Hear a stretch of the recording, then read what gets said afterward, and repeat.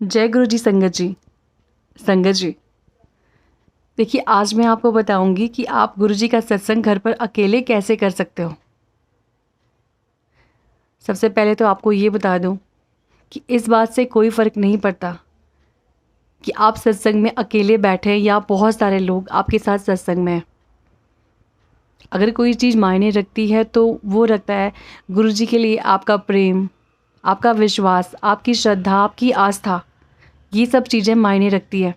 अगर आपके पास ये सब चीज़ें हैं तो गुरु जी महाराज आपके सत्संग में अवश्य ही आएंगे और किसी ना किसी रूप में आपको उनके दिव्य दर्शन भी अवश्य ही प्राप्त होंगे। तो चलिए अब मैं आपको बताती हूँ कि आप अकेले में गुरु जी का सत्संग घर पर कैसे कर सकते हैं।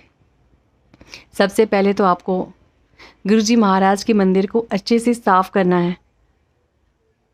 उसके बाद गुरु जी महाराज से आपको अरदास करनी है कि गुरु जी महाराज आज आपको मेरे घर सत्संग में आना है।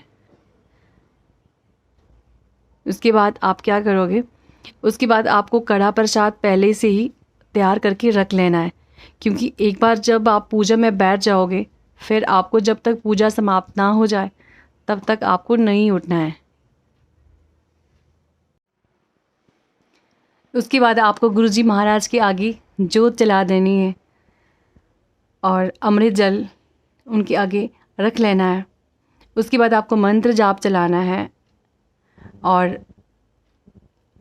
गुरुवाणी लगानी है। आपको कम से कम जो है 2 घंटे का सत्संग, गुरुवाणी या मंत्र जाप आपको 2 घंटे तक अवश्य ही चलाना है। अगर आपके पास डाटा अवेलेबल नहीं है तो आपको क्या करना है, आपको पहले से ही वीडियोस डाउनलोड करके रख लेने हैं ताकि आपका ज़्यादा डाटा खर्च भी ना हो, क्योंकि इसमें तो काफ़ी डाटा लगता है। 2 घंटे के वीडियोस काफ़ी लंबे होते हैं अगर आपको डायरेक्टली डाटा लेना पड़ जाए। हाँ, अगर आपके पास वाईफाई है तब तो कोई दिक्कत नहीं है, तब आप वाईफाई से कनेक्टेड करके जोड़ सकते हो। तो ये था संगत जी। और एक बात और बोलना भूल गई आपको, बाद में फिर जब 10-15 मिनट रह जाएंगे यानी कि गुरुवाणी चल रही होगी तो बस आपने 2 मिनट के लिए वहाँ से उठना है और आज जो स्टील की कटोरी में आपने जो प्रसाद बना करके रखा हुआ है उसको आपको गुरु जी महाराज के आगे 10-15 मिनट के लिए रख लेना है। फिर आपको शिव जी भगवान की आरती करनी है।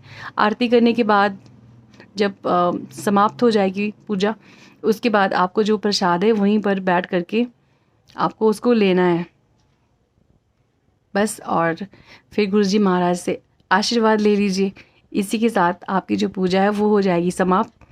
और उम्मीद करती हूँ कि आपको गुरु जी महाराज अवश्य ही आशीर्वाद देंगे और किसी न किसी रूप में आपको वो उनके जो